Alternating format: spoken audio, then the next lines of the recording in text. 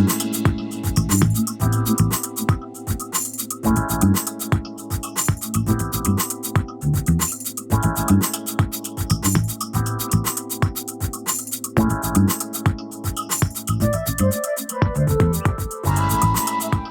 allons vous présenter notre mémoire de fin d'études en orthophonie, prévenir les complications de la presbyacousie par un dépistage précoce. La presbyacousie, c'est une dégénérescence neurosensorielle qui touche tout le système auditif.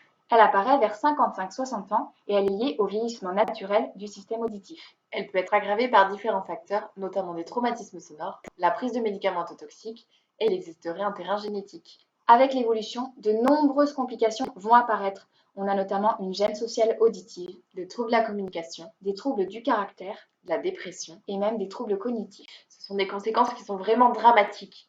Mais pour les éviter, il faut agir en dépistant la presbyacousie le plus précocement possible pour ensuite proposer une prise en charge. Et justement, pour agir, on a découvert un test qui permet de dépister la presbyacousie. C'est l'acoumétrie vocale à la voix chuchotée qui a été mise au point par l'équipe de Séverine Lezy au GRAP Santé dans son étude Acoum Audio 1.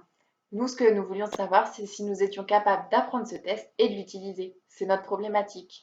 Ce test, il consiste simplement à poser 8 questions en voix chuchotée au sujet et en fonction des réponses du sujet, on peut déterminer si la presbyacousie est probable ou non. Ce test, il se réalise dans certaines conditions. Notamment, il faut 3 mètres entre l'examinateur et la personne testée et l'examinateur va falloir qu'il cache ses lèvres pour éviter que le patient puisse lire sur ses lèvres. On va justement pouvoir vous faire un exemple d'acoumétrie vocale. Moi, je vais pouvoir me mettre à la place de l'examinateur. Et moi, je vais faire le patient qui est testé. On va commencer le test. Quel âge avez-vous?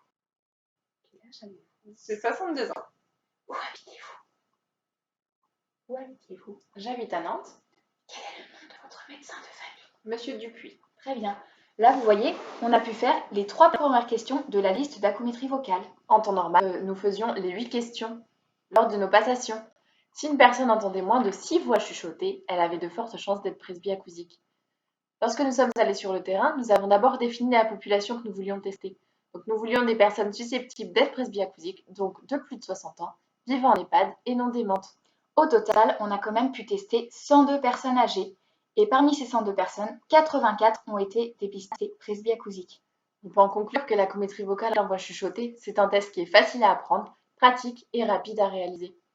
Maintenant, concernant la prise en charge, on souhaite vraiment prendre en charge les presbyacousiques en équipe au sein du circuit du GRAP Santé. Ce circuit est composé de différents professionnels.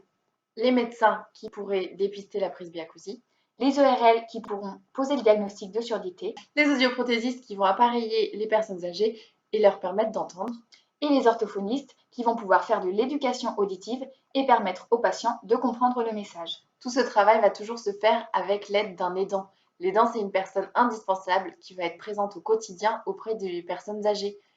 Cette personne, elle va pouvoir faire travailler le presbyacousique tous les jours sur l'éducation auditive.